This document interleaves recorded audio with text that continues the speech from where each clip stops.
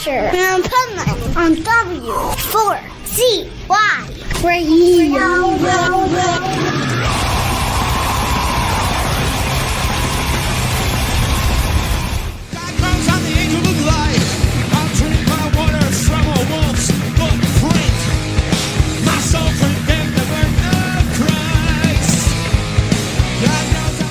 This is the Pipeman here on the Adventures of Pipeman W4CY Radio. I'm very excited about our next guest because there's not only some exciting news, but I just think he's like one of the coolest in the industry. So let's welcome to the show, Michael Graves. How are you? I'm good, Pipeman. How are you? I'm doing good. So very exciting that you signed to E.A.R VMG and distributed by Virgin Music Group, and you're announcing a spring tour, God Bless America Tour 2026. So I'm going to start right there.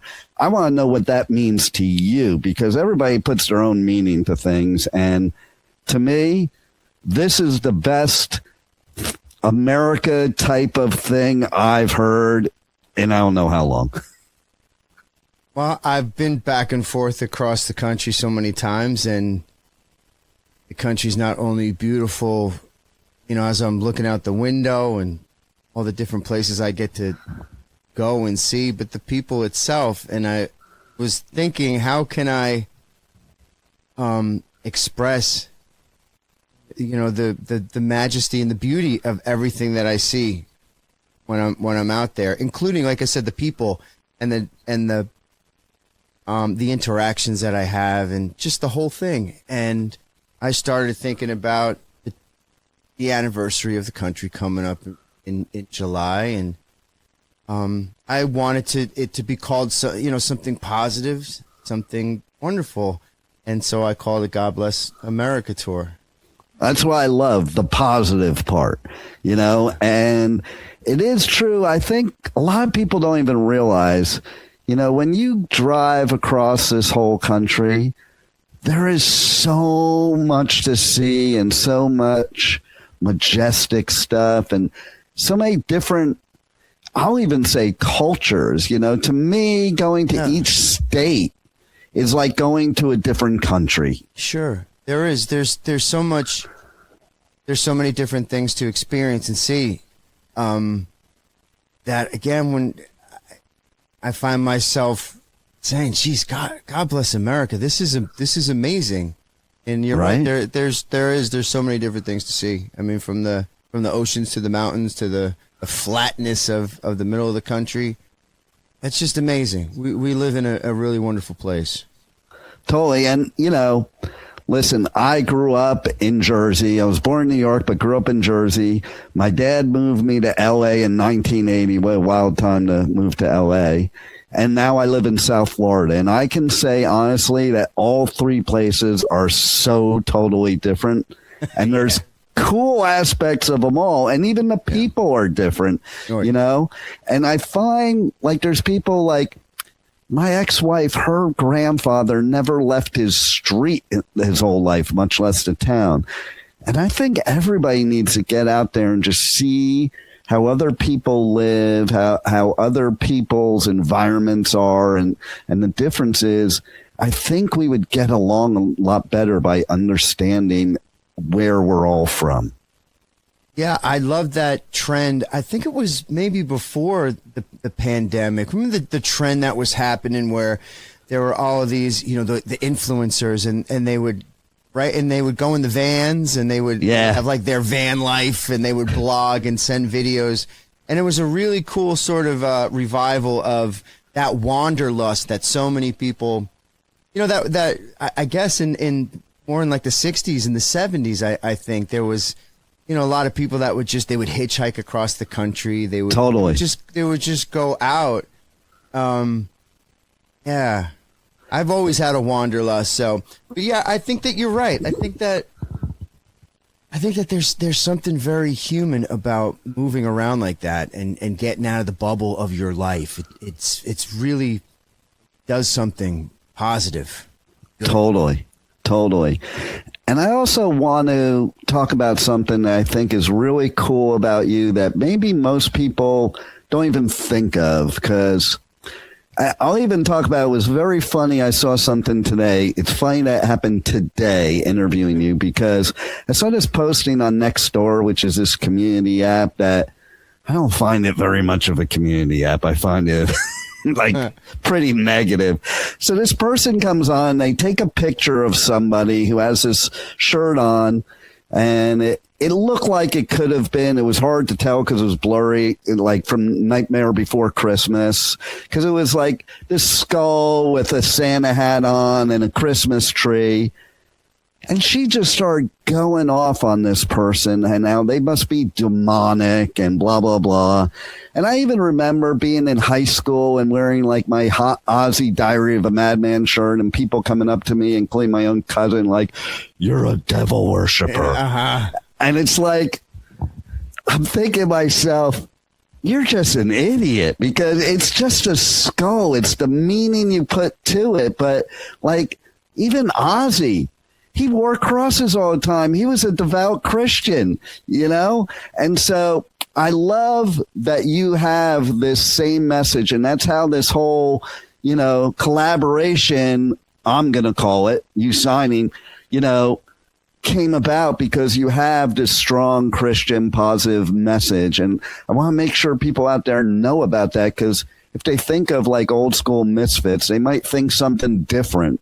And it's just entertainment. It's not, you know, anything beyond that, in my opinion. You look at my lyrics and my content that I've put out all the way back into the Misfits.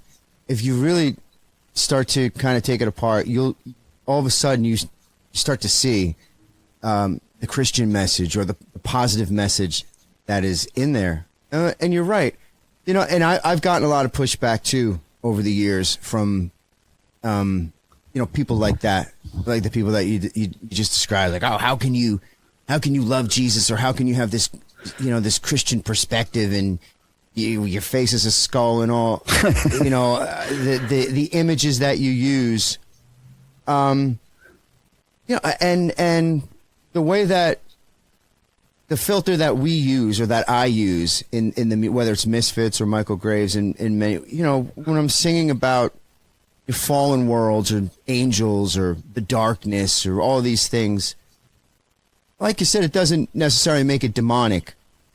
As well, you know, for me, why would I, you know, put out images or go to places where there are already, you know, believers? Like, that's like walking into a church full of believers and trying to convince them of something that they've already believe.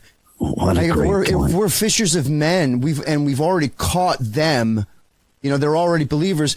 Well, then who's going to go out to these kids that they're not going to listen to anybody that's going to roll up on them with the, you know, the blouses on, or the loafers, and hello, you know, let me tell you about Jesus. That's just not going to get anywhere. You know, that's not going to get anybody in the door. I do it a different way. I love it. That's so smart, though. I mean, I think about it like you had me have a flashback of one day I had like Slayer blasting through my guitar amplifier, and I had my Ozzy shirt on, and I get a knock on the door, and it's the Jehovah's Witnesses. And as a teenager, being funny, I'm like, you know what I'm going to do? I'm going to tell them, yeah, I'm a devil worshiper. No, thank you. But like that, what you just said reads right into it, because I was not going to listen to these people knocking on my door. Okay. Yeah. Just not right. Yeah. And the kids that need it, you know, in music, and this kind of place that I come from in music, there are a lot of young people who are lost, who are hurt. There's a lot of substance abuse. There's mental abuse. There's all sorts of things that in my opinion, that faith in God and knowing Jesus could really, you know, can help and changes people's lives. And again, you know, Mr. Flanders walking around with his Bible. These kids are going to eat him alive. You know? You got Michael Graves hanging out with you, talking to him. It's a different The difference. No doubt, no doubt. Like, I would have thrown Flanders into a mosh pit. Dude, yeah, me too. Me too. You know? And so, and it's funny too, because like I think of certain things like that all the time. That's why I love your message and you as a role model, because like you take Tom Arroyo Slayer, he's a total Christian, and a lot of music that sounds like devil music is really talking against the devil. It's just because it's loud and heavy, it must be demonic, you know, type of thing. Yeah, and it's reflecting the darkness, the bad, all of the bad that's in the world. It's reflecting back the world. It doesn't necessarily pin it or start to pipe in demons. It's just the opposite. How can we're supposed to know that world. We're supposed to understand that world. And the more you show that world, the easier it is to talk about the light. You got to understand the darkness to give the light, for the light to shine through and to have it be more understood. That's so true. I love it. So what is it that keeps you going in music here all these years later? My desire to get to people, and do exactly what I'm doing. I love music. Obviously, I love creating music and performing, but I love the interactions with the people. Like I said, I've come across people. You know, I hear a lot of stories about, again, loss and hurt and all of these things that the world brings out of us. So I continue the music the way that I do because from the time I remember, I've always felt my duty was to serve people, to help people, to be a light in the world. Quick story, I was an EMT for a bunch of years, and I started to walk away from music a bit, and I would pray a lot, like, Lord, I'll go where you want me to go. I'll do what you want me to do. Is this what I'm supposed to do? Is this where you want me to go? One day I got a call and I responded to a man who tried to commit suicide. He stepped in front of a train. It didn't kill him. It just busted him up real bad. And we packaged him up, got him in the ambulance. And I remember silently praying again, like, God is like, I don't like seeing people bust up. I'm a really good medic, heavy rescue trained, responded to more calls than I can remember. But it clicked in my mind, whether it was God talking to me or whatever. I remember saying, I want to get to people before they step in front of that train. Yeah. And that was a very profound thought in my mind. And after that, I redoubled my efforts and dedicated myself to music. I want to get to people before they step in front of the train, man. That's what There it is. I love it. And, it's funny. You're telling this story, and I think of, like, George Foreman. And he got knocked out by Ali, and then he became a minister, and he thought he shouldn't be boxing as a minister. And then he came back and won the heavyweight championship once again. So, and that here you are. You're going to be touring. I love it. And I'm so glad that you're putting out, some positive energy and music for us all together so we can change some lives, because I think we need it now more than ever. Amen. I believe that as well. Well, thank you, and thanks for being on the Adventures of Pipeman. Thanks, Pipeman. Hi, this is Michael Graves, and you are watching the Pipeman Show on W4CY Radio. Aftershock, the West Coast's largest rock, metal, and punk festival, returns to Sacramento this October with My Chemical Romance, Tool, Limp Bizkit, Pierce the Veil, plus Suicide Boys, Queens of the Stone Age, The Offspring, A Day to Remember, Wu-Tang Clan, and more. Aftershock, October 1st through 4th. Passes are on sale now, starting at only $1 down at AftershockFestival.com. You're listening to The Adventure of Pipeman on W4CY Radio.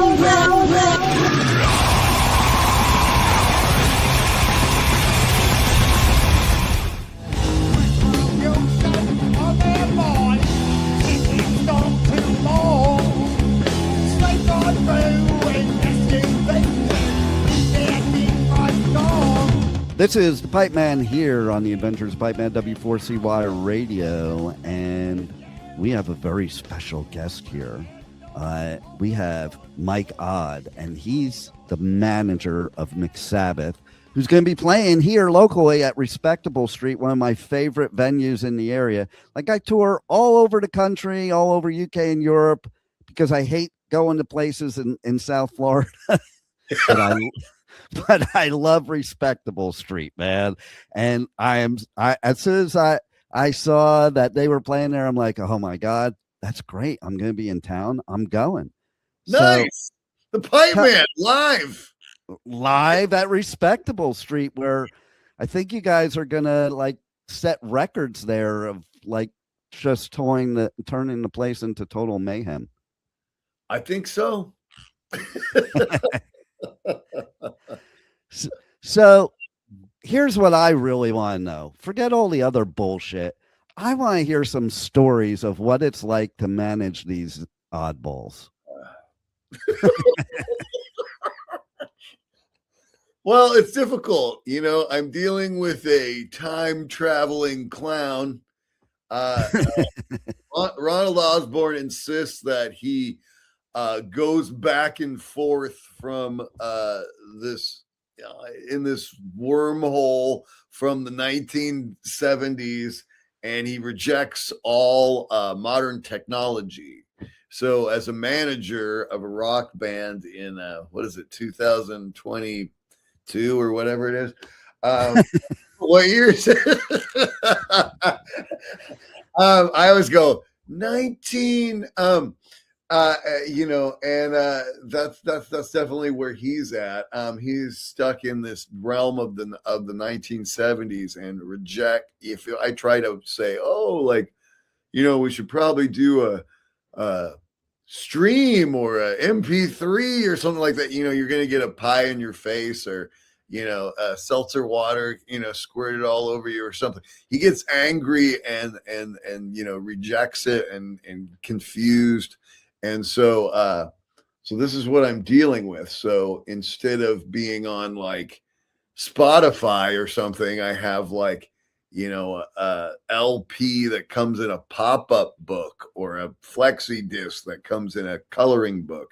He's very focused on very tangible stuff that you can touch, and likes to make things that the kids enjoy because he's trying to get the message out to younger people about fast food being evil. So yeah. Well, I'm dealing. I'm a little upset though, because like I was hoping you would say, I used to have that other band, I used to have the BS band. I used to have them on 8-track. So I was hoping you have some 8 tracks I could get. You can say Black Sabbath, by the way. That's perfectly fine. Be careful. I have several Black Sabbath 8 tracks as we speak. Nice. Yeah, I have gone and done the 8-track thing a bit, and that's fun, and it resonates for me. There's something about that drag that has this kind of old-timey, like formative feeling for me. So, and I have actually looked into trying to get 8 tracks made for MacSabbath because I think it would please Ronald, and I think that it would look really good on the merch table, and maybe 1 or 2 people would buy one. I would definitely buy one. I don't even have an 8-track player anymore, but I would buy one. I've been like, it's the only thing I ever got rid of. And I'm like, man, I wish I still had my 8-track. And it's fun. It's fun shopping for 8 tracks on eBay because, like, if you're buying Black Sabbath, it's going to run you like, it's going to run you like, $40 or something. $40-$50 if you can find the 8 tracks, but you can get Barbara Mandrell for like 5 cents. So wow. It all depends on what you like. But do they actually give you like a free matchbook with every 8-track? Because that's a necessary tool to play the 8-track. Right. You It's got like you yeah. got to put it under there to get it at the right speed. Nowadays, you have this button on Spotify that could be 1 times, 2 times, 5 times. We needed a matchbook in order to do that technology. Absolutely. I think you should get some for the Respectable Street Show.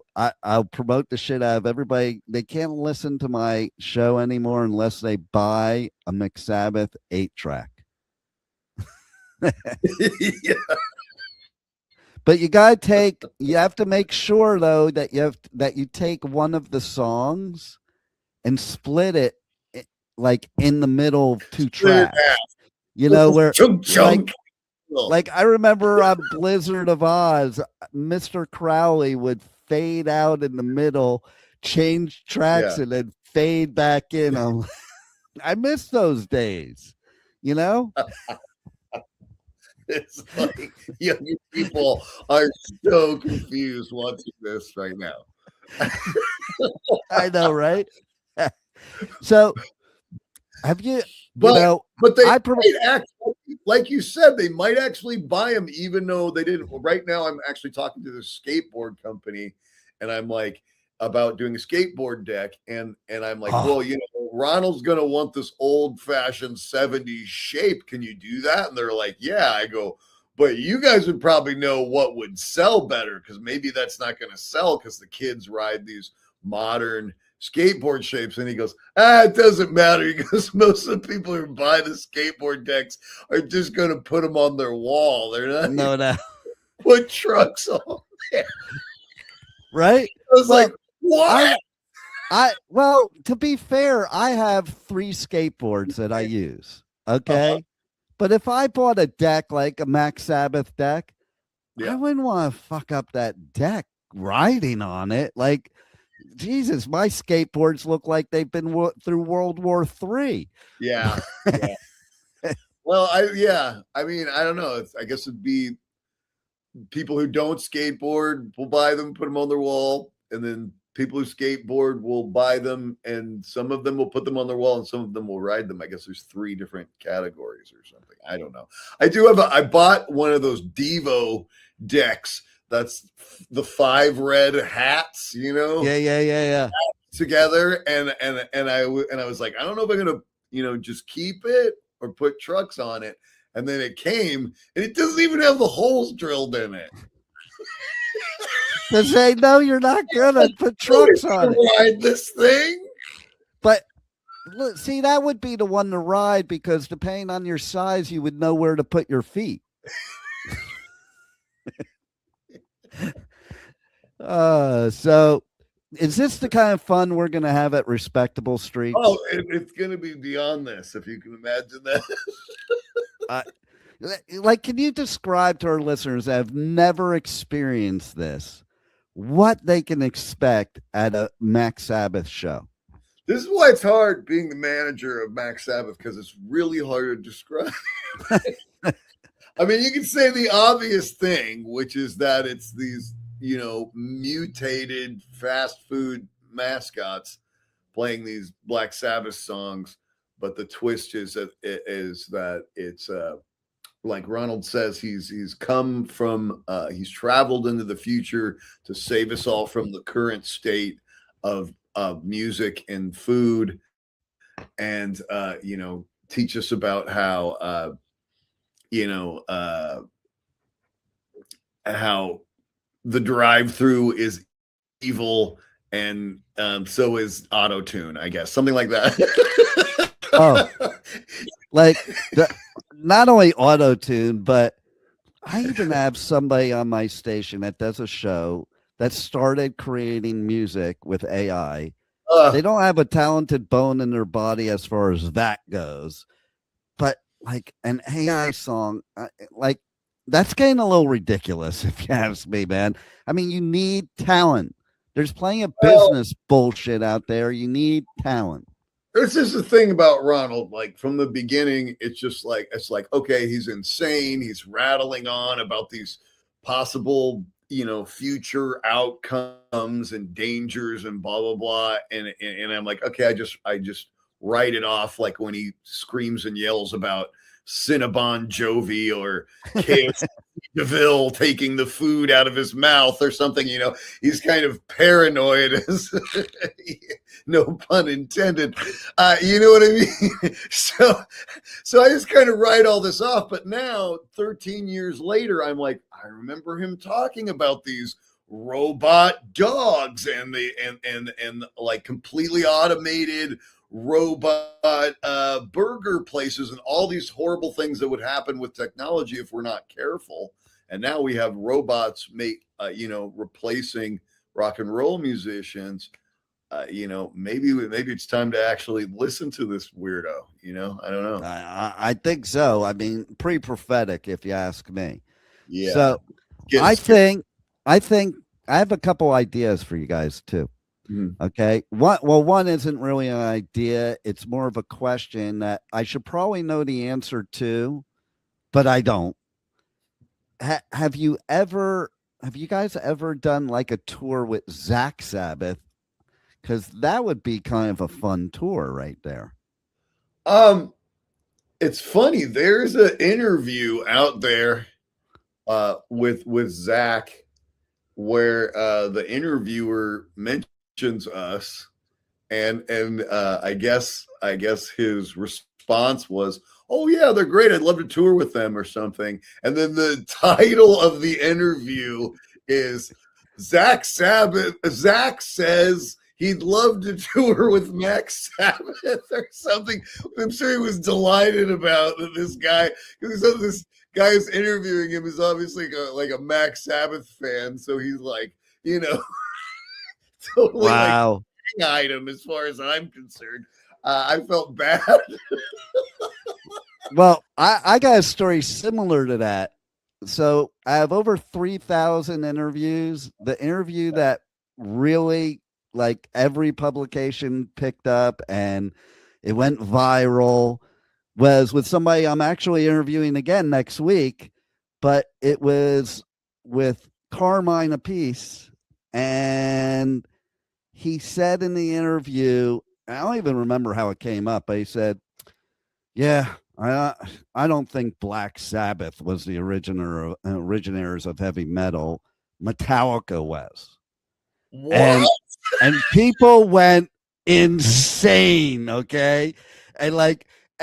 Okay, so I was at Metallica's first show ever. I used to hang out with them. Okay. They would never say that, okay?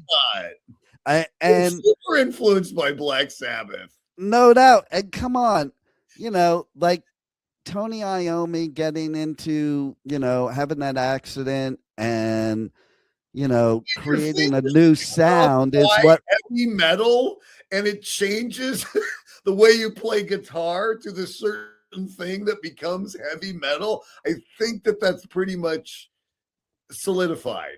I would think so too. And no shade whatsoever, because he's a great dude. I'm just saying how people reacted. They reacted just the same way you reacted. That's why I wanted to bring it up, because you're more of an expert, because you're the manager of MacSabbath, so you might know a little bit about that. Well, him and his brother can't even decide how their last name is pronounced. So you got.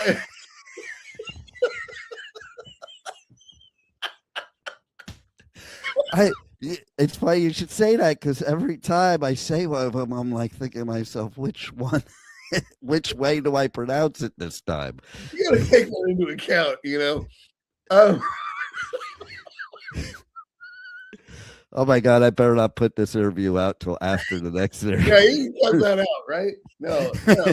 Carmine, Vinny, we love you both. Oh no, totally cool. Pronounce your name.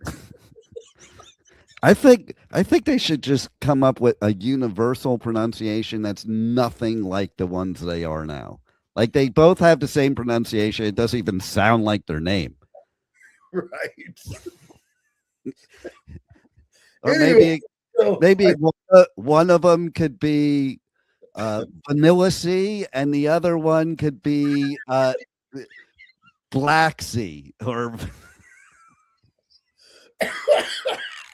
then you know which one's which.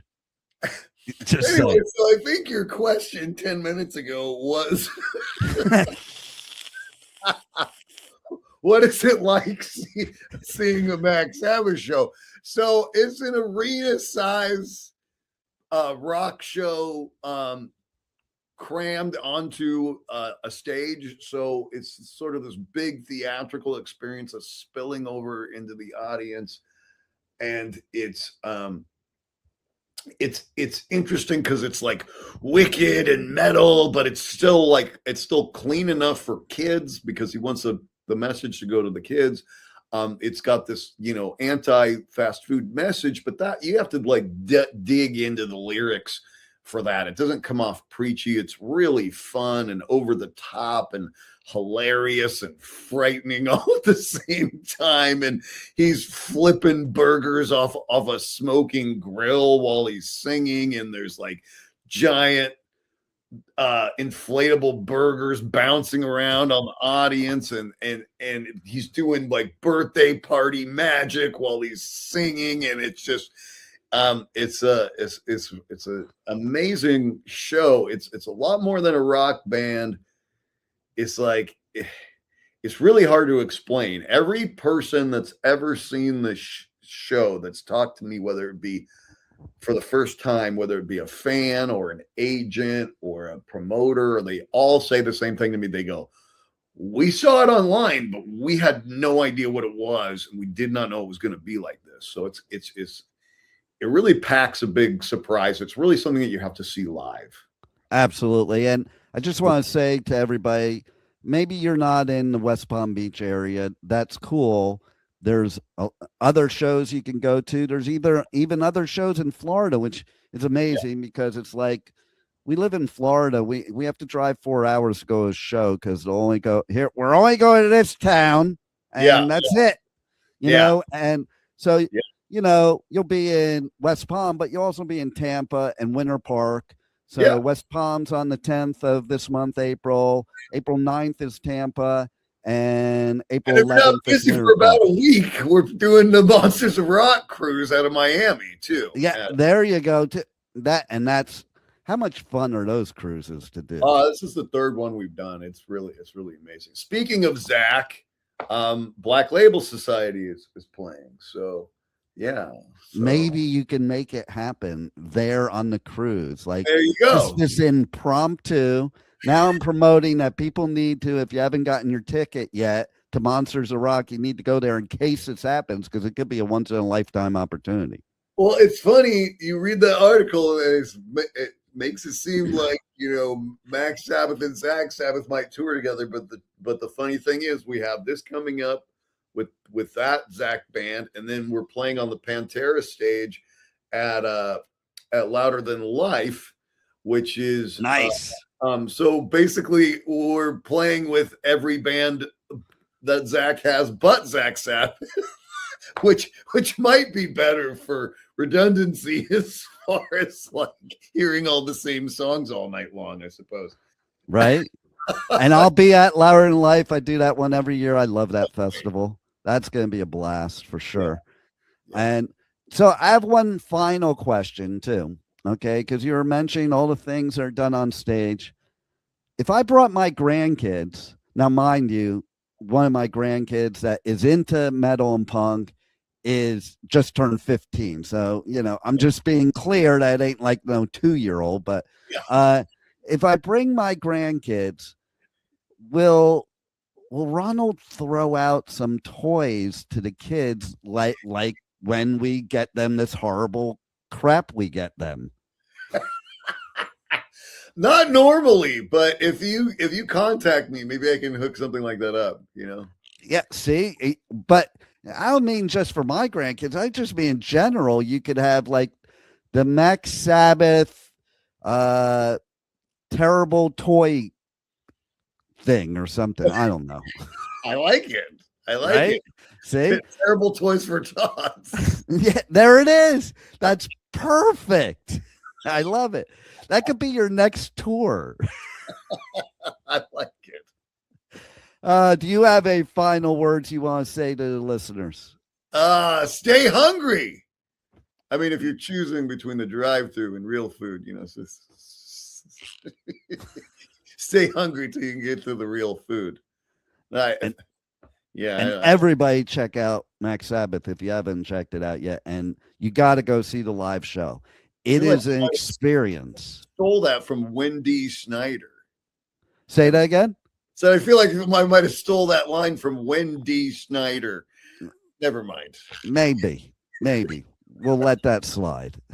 Well, thanks a lot, Mike. It certainly was an odd interview. The Pipeman. Right? Nice. Yes, that's a blast. We had a great time. We'll see you on Carmine and their pronunciation of their name. I never thought I'd have that conversation on the radio. What about somebody's name? Yeah. Well, see, you never know. That's why maybe my last name is odd too. So I'm like the odd pipe man. Not the odd couple, but the odd pipe man on W4CY radio. You got it perfect. I love it. Some mics are better than other at this, It might be. And I can't wait till April 10th to be there at Respectable Street and dodging all of the burgers flying at me. I'll see you there, bud. Later. Incarceration, America's rock, metal, and tattoo festival returns this summer with Limp Bizkit, Disturbed, Bad Omens, plus Gojira, Papa Roach, A Day to Remember, Motionless in White, Ice Nine Kills, Cypress Hill, The Used, and so many more. Incarceration at the Ohio State Reformatory, July 17th to 19th. Passes on sale now at incarceration.com. Hey, you're listening to the Censure and Pipeman on W4CY Radio.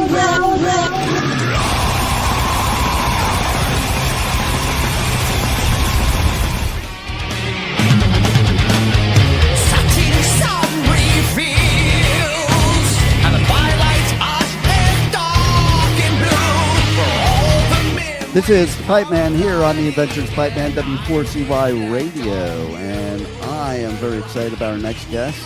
Oh my God, we have a killer announcement here. First new album in 26 years. That's amazing. So let's welcome to the show Ben from Crimson Glory. Hey, everybody.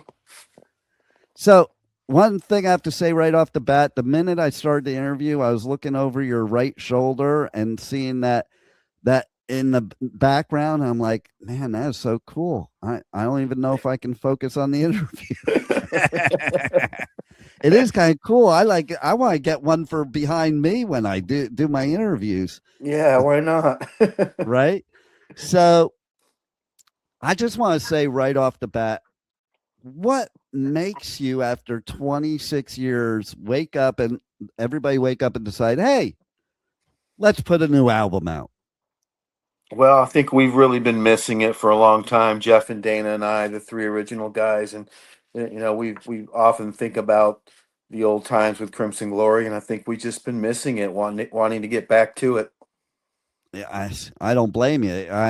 Because I think about it. Even as somebody that's media, I go on tour and I do coverage of music festivals all over the US, UK, and Europe. And I couldn't imagine not doing that. Like, it's like people say to me, how do you do that? Or even my youngest daughter, I'll bring her to a festival with me one time, and it'll be like halfway through the first day of a 4-day festival. And she's like, Dad, I don't know how you do this every week. I'm already done. And I'm like, I would be depressed if I wasn't, Yeah. When I come home, I'm like, I don't even know what to do. I just seclude. Yeah, I agree with you. I love the lifestyle. I love being over there in Europe in the summer and playing the festivals and meeting all the people. I mean, it's such a, metal's such a lifestyle over there, such a brotherhood. Totally. And I just did media coverage at a festival not last week, 2 weeks ago, that I believe you played at last year, Hell's Heroes. Yeah, that was a great one. We had a great time there in Houston. You know awesome what? festival. I had so much fun at that festival. Yeah, it me was too. old school to me. Okay, Yeah, like it was so funny because you know as teenage years I was like on the Sunset Strip and Troubadour and Country Club in LA and that whole scene, and it reminded me of that. Like opposed to nowadays, it's very kind of different. But even the yeah. fact that okay, so I was interviewing Tankard in the trailer, and I ended up like missing a bunch of the sets for the rest of the night because we did the interview, and then after that, he's like, "Oh, we didn't even bring a roadies with us or anybody. Can you come Yeah. take pictures up on stage with us?" Oh, And yeah. I see. and then after we're done, they're like, "Hey, come on back. We'll hang out." And Yeah. like, it was like that kind of cool vibe because that's what metal Well, is. We're just one big family of cool people. and they're a bunch of German beer drinkers, so that was Uh, probably a blast hanging out with them. oh, yeah. Oh, my God. Like, I kept on handing them beers while we are on stage. Like, I'm Yeah. holding the camera in one hand, beer in the other. They And love their beer as much as they love their metal in Germany. oh, I'm telling you that I remember during the interview, they were like complaining because Yeah, there wasn't enough beer in the fridge. Meanwhile, there was a fridge full of beer. And they're like, we'll be done with that before we even go on stage. that's hilarious. Oh, yeah. Fun times, fun times. But Yeah. I got to tell you, too, I've listened to your latest song coming off the, brand new album. I'm like, oh, I'm just gonna be blunt. Oh my fucking god! Like that brought me back to the '80s. Like I just felt like, oh my god, I haven't heard music like that in a long time. Yeah, I think people have been missing music like that. Right? You know, Yeah. I find a lot of metal nowadays, the newer metal, they use like this formula. I call it an algebraic equation to make metal. And it wasn't like that back in the beginning and back in Yeah. the 80s, 70s, 80s. It was like, it was all experimental and all new. So even if you were within the same genre of another band, you didn't sound anything like them a lot of the times. Yeah, true. Everybody had their own kind of style, their own identity as far as the sound of the band. Yeah, totally. So what I want to know is I'm always in awe of artists like you that can come out all these years later and create new music.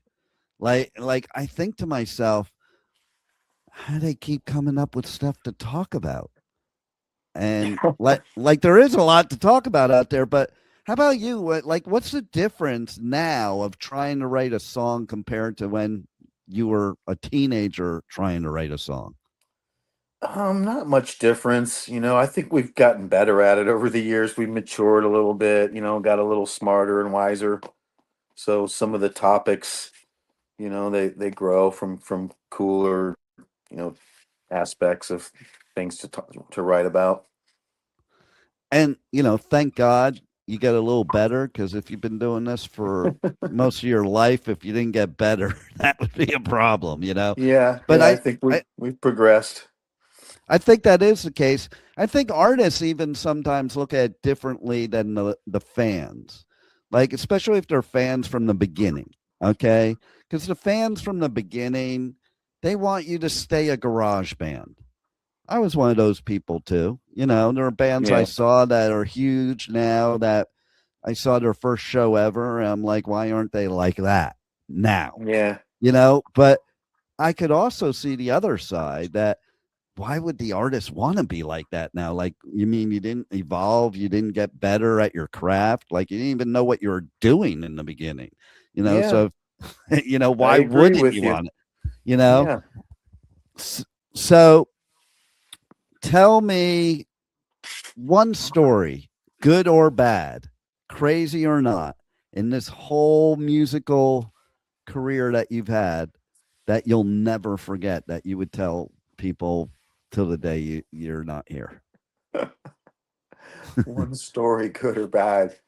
I remember one funny story when we played the Hammersmith Odeon in London. and it was, kind of a dream of ours to play there because I remember seeing like, Michael Schenker group live from there and just other stuff like that when I was a young teen.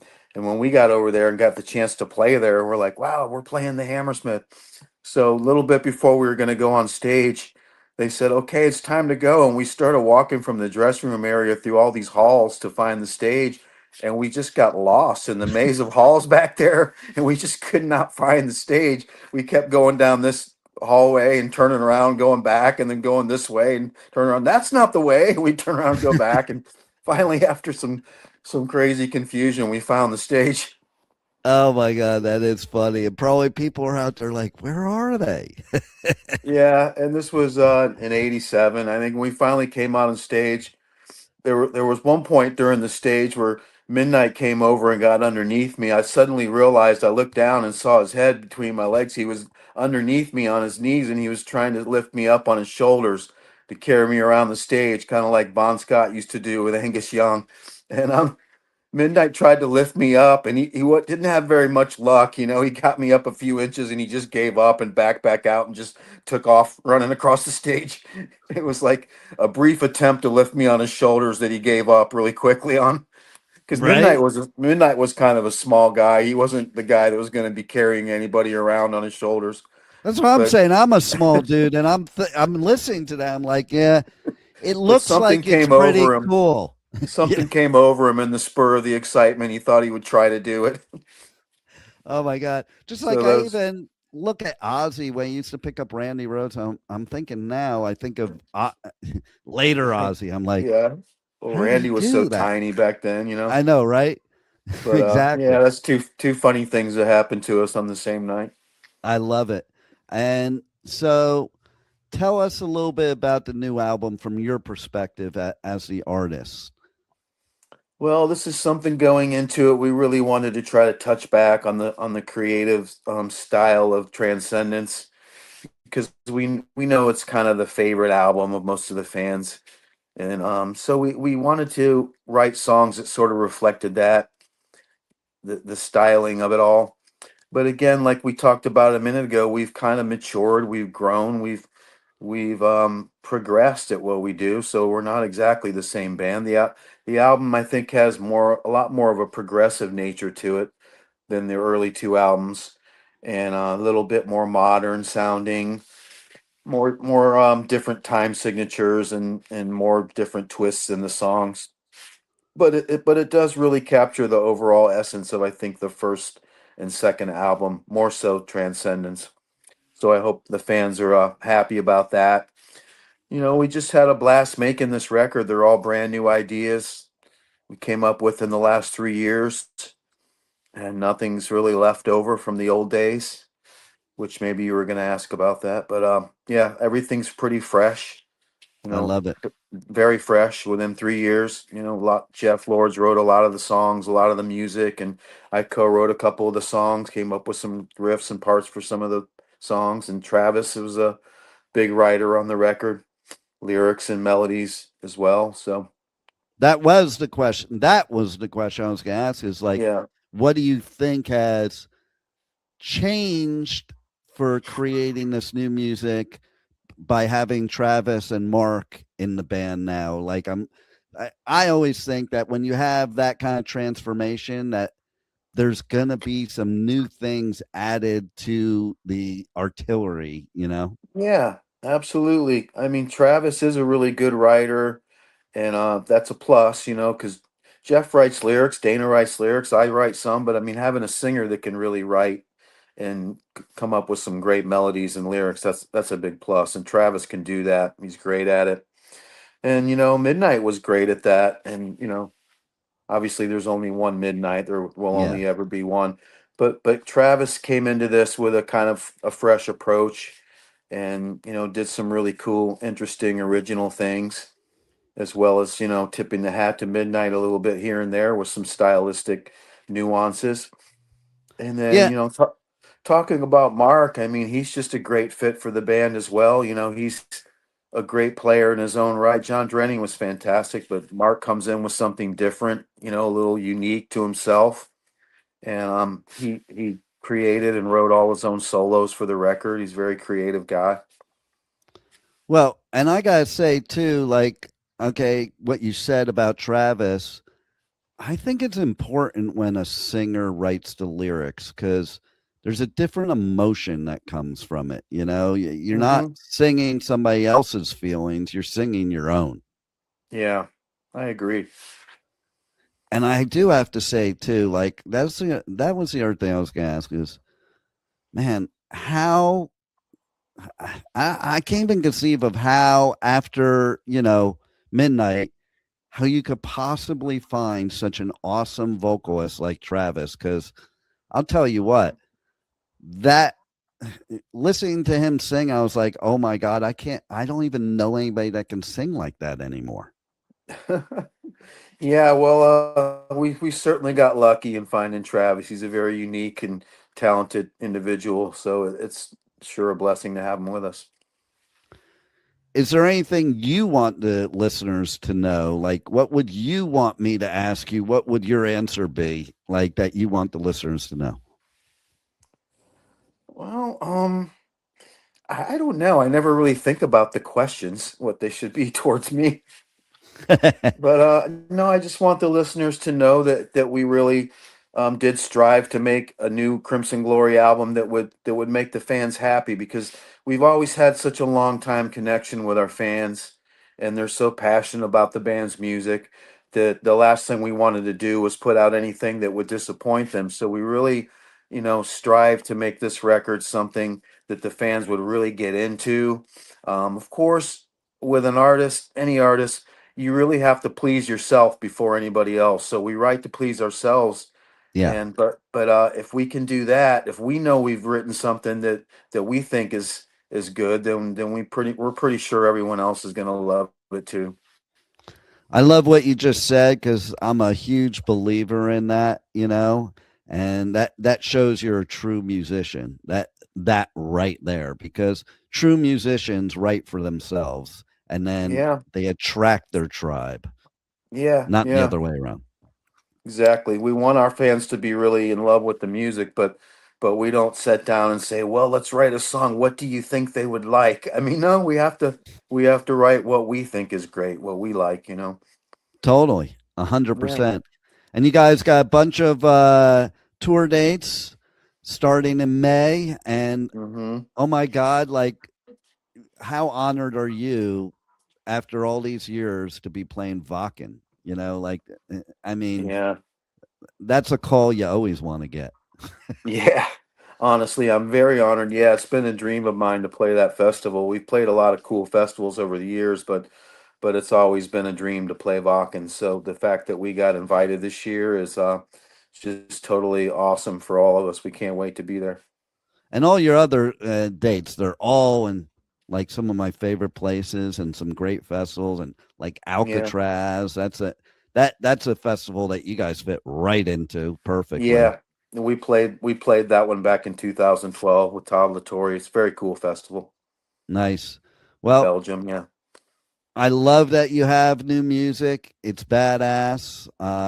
It's so killer that you're still around, and I thank you for being on the Adventures of Pipeman. Right on. Thank you for having me. Great talking with you today. My pleasure. Hi, this is Ben Jackson of Crimson Glory, and you're listening to The Pipeman on W4CY Radio. The Sonic Temple Art and Music Festival returns May 14th through 17th with My Chemical Romance, Tool, Bring Me the Horizon, and Shinedown. Plus, Pierce the Veil, Good Charlotte, The Offspring, Sublime, Godsmack, Breaking Benjamin, Marilyn Manson, and so many more. Sonic Temple in Columbus, Ohio, May 14th to 17th. Passes on sale now for as low as $1 down at sonictemplefestival.com.